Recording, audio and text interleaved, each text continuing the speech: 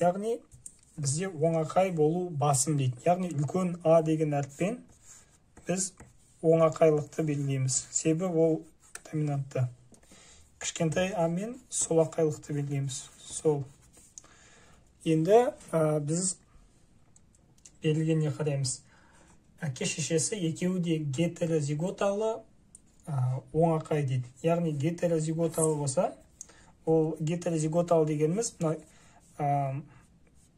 үлкен А, кіші А деген сөз. Гетерозиготалы дегеніміз екеуі әртүрлі болады деген сөз.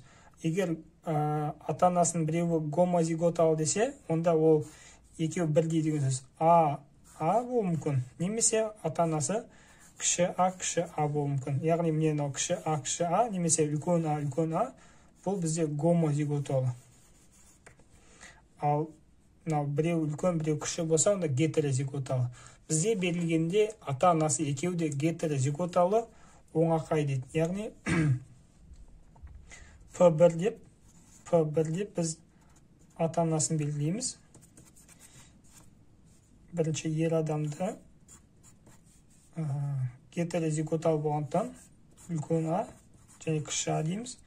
Келесі әйел адамды гетерозиготалы үлкен А, кіші А дейміз. Екеуі де оңақай. Себебі үлкен А кіші Аны басатта оңақайлықты көрсетеді. Енді бізге келесі гаметаларын табу керек.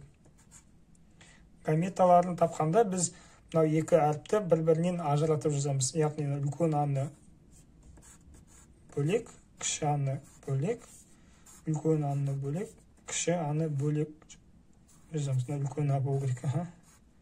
Үлкен А. Енді келесі біз осы гаметаларды өзара шағылыстырамыз. Яғни үлкен Аны үлкен А қосамыз. Сонда бізде екі үлкен А шығады. Үлкен Аны кіші Аға қосамыз. Сонда үлкен А, кіші А шығады. Кіші Аны кіші Аға және кіші Аны тағы да кіші Аны үлкен Аға, кіші Аны кіші Аға қосқан кезде сонда А, кіші А шығады. Сол кезде біздің ұрпағымыз міне үлкен А, кіші үлкен А, кіші А, үлкен А, кіші А, кіші А, кіші А. Бұл бізде F1 деп белгіленеді. Яғни бірінші ұрпақ. Енді бізде сұрақтар әртүрлі болуы мүмкін. Мысалы, кейде сұрайды, бізде генотипін жаз дейді. Генотипін жаз десем, онда осы әріптерді жазамыз. Яғни бізде үлкен А,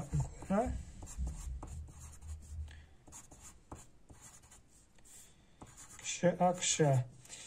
Енді бізге фенотипін сұрау мүмкін. Фенотипін сұраса, онда біз фенотип дегеніміз жалпы генотиптің сыртқы көрінісі. Яғни адамның көзінің түсі болуы мүмкін, шашы бұйра ма, түзу ма, адам оңақай ма, солақай ма. Яғни сол фенотип деп аталады. Бізге енді фенотипін сұраса, онда біз айтамыз 25% оңақай. 25% оңақай, 25% оңақай, және де 25% солақай. Яғни міне бізде 4 баланың тек біреуі ғана солақай болды, қалған 3-еуі оңақай болды. Енді бізден осылай сұрау мүмкін.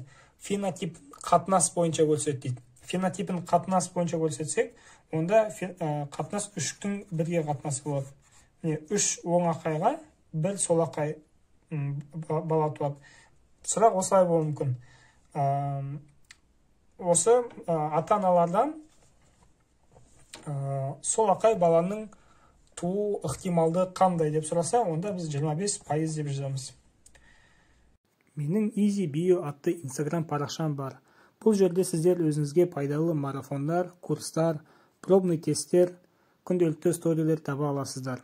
Ссылкасын астына қалдырып қойдым. Біздің фенотипіміз қатынасы 3-тің бірге қатынасындай болды. Ал енді генотипіміз қандай қатынаста екен сұраса, онда қалай дейміз? Яғни бізде үлкен А біреу, үлкен А, кіші А екеу, және де кіші а ол біреу. Яғни міне 1, мынадан 2, мынадан 1. Яғни 1, 2, 1. Яғни генотиптік қатынасы 1, 2, 1 болады. Тағы бір оңай мысал қарастырып көрейік. Яғни бізде шаштың бұйра болуы доминантты, яғни бұйра. Ал шаштың түзу болуы бізде рецессивті дейді. Енді бізде белгілену бойынша ата-анасы гетерозиготалы және де гомозиготалы рецессивті болды. Енді бізге осының бірінші гаметаларын табамыз. Гаметаларын жаңа әріптерді бөліп жазамыз дедік. Мынау жерде біз екеуі де кіші а гомозиготалы болғандықтан тек қана бір а деп жазып салсақ, сол жеткілікті. Енді мынаны біріктіреміз, шалыстырамыз, яғни үлкен а мен кіші аны үлкен а кіші а дейміз, және де кіші а дейміз. Сонда бізде F1 үлкен а кіші а гетерозиготалы 50%, мынау бізде бұйра. Өйткені үлкен а кіші аны басып сайтта бұйра шығады. Үлкен а бізде доминантты бұйра шаш. Және де келесі кіші а 50% ұрпақ бізде гомозиготалы рецессивті шашы түзу болып тұрады. Енді бізде фенотипін қатынас бойынша жаз десем, онда бірдің бірге қатынасы. Себебі міне бір бұйра бала мен бір түзу бала шығады. Осылай.